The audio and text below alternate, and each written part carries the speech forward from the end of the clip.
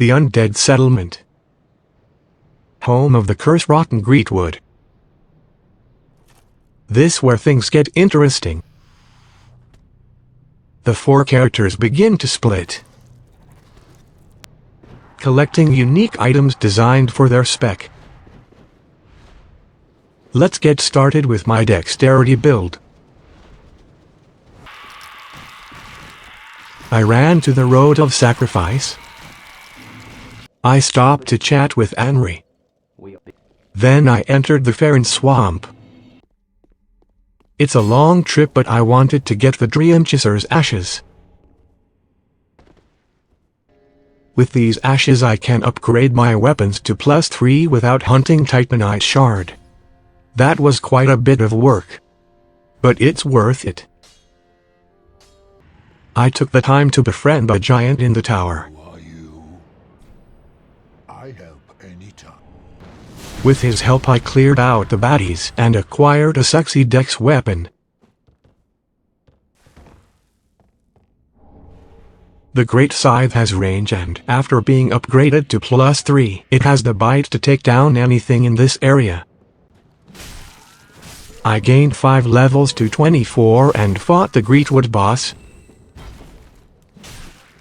This time around I had the range to easily take out those hard-to-reach targets on the tree's back and legs.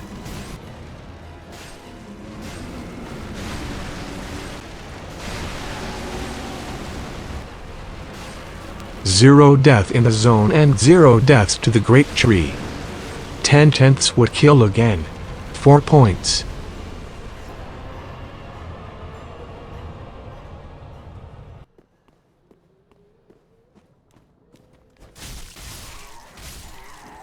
On my faith build, I took the time to save the cleric girl from her prison cell. Who is that? And bought some miracles from her.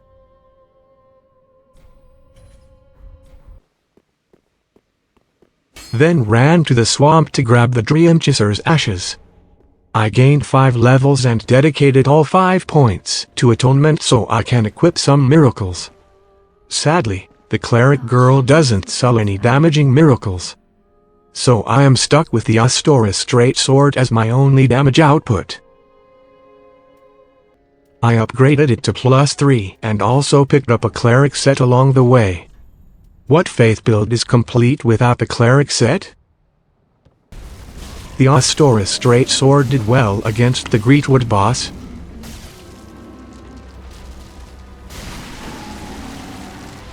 The damage was good, but it just didn't have the range of the scythe. 0 death in the zone, and 0 deaths to the great tree. Still got the job done though. 2 points.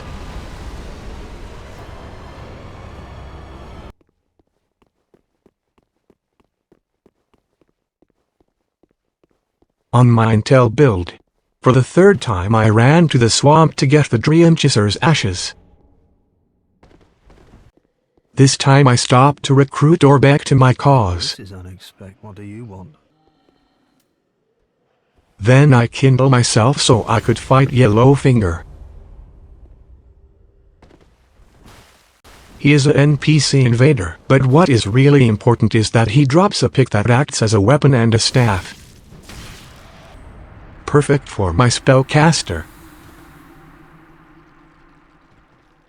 I also grabbed the scrolls from Farron Swamp so Orbeck can teach me good spells. But after dumping 5 levels into atonement I didn't have enough to equip a single spell. To add insult to injury, Yellowfinger's pick requires Twinkling Twilight to upgrade. So +1 is as good as it is going to get for now. So to solve my atonement problem I rescued the cleric girl and bought her ring to increase my atonement by 1 slot. In the Greatwood boss fight the pick did alright.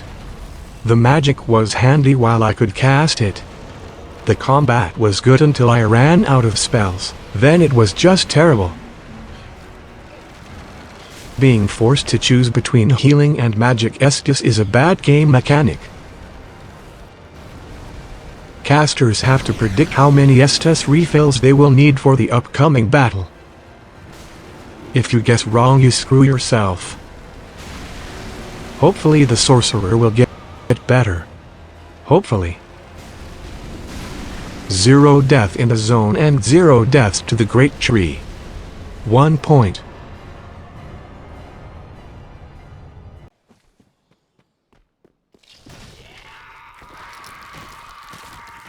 On my strength build, inhale, exhale, I ran down the path to the road of sacrifice, chatted with Anri, and entered the Farron Keep. There are 2 NPCs that attack you at the entrance of the swamp, both of which drop a nice pair of strength-based weapons. I choose the large club as my go-to weapon.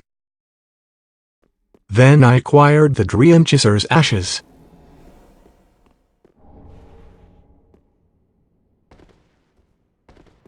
With the large club upgraded to a +3, I blazed through the zone, murdering everything in my path. You would think that a 40-pound tree trunk would be slow to hit and hard to use, but it wasn't. I fought the cursed Greatwood tree. Not going to lie, it was pretty easy. The increased strength combined with the club was a deadly combination. The hits were hard but not as much range as the dex weapon, Great Scythe. Large club is nice but slow. 0 death in the zone and 0 deaths to the great tree. 3 points.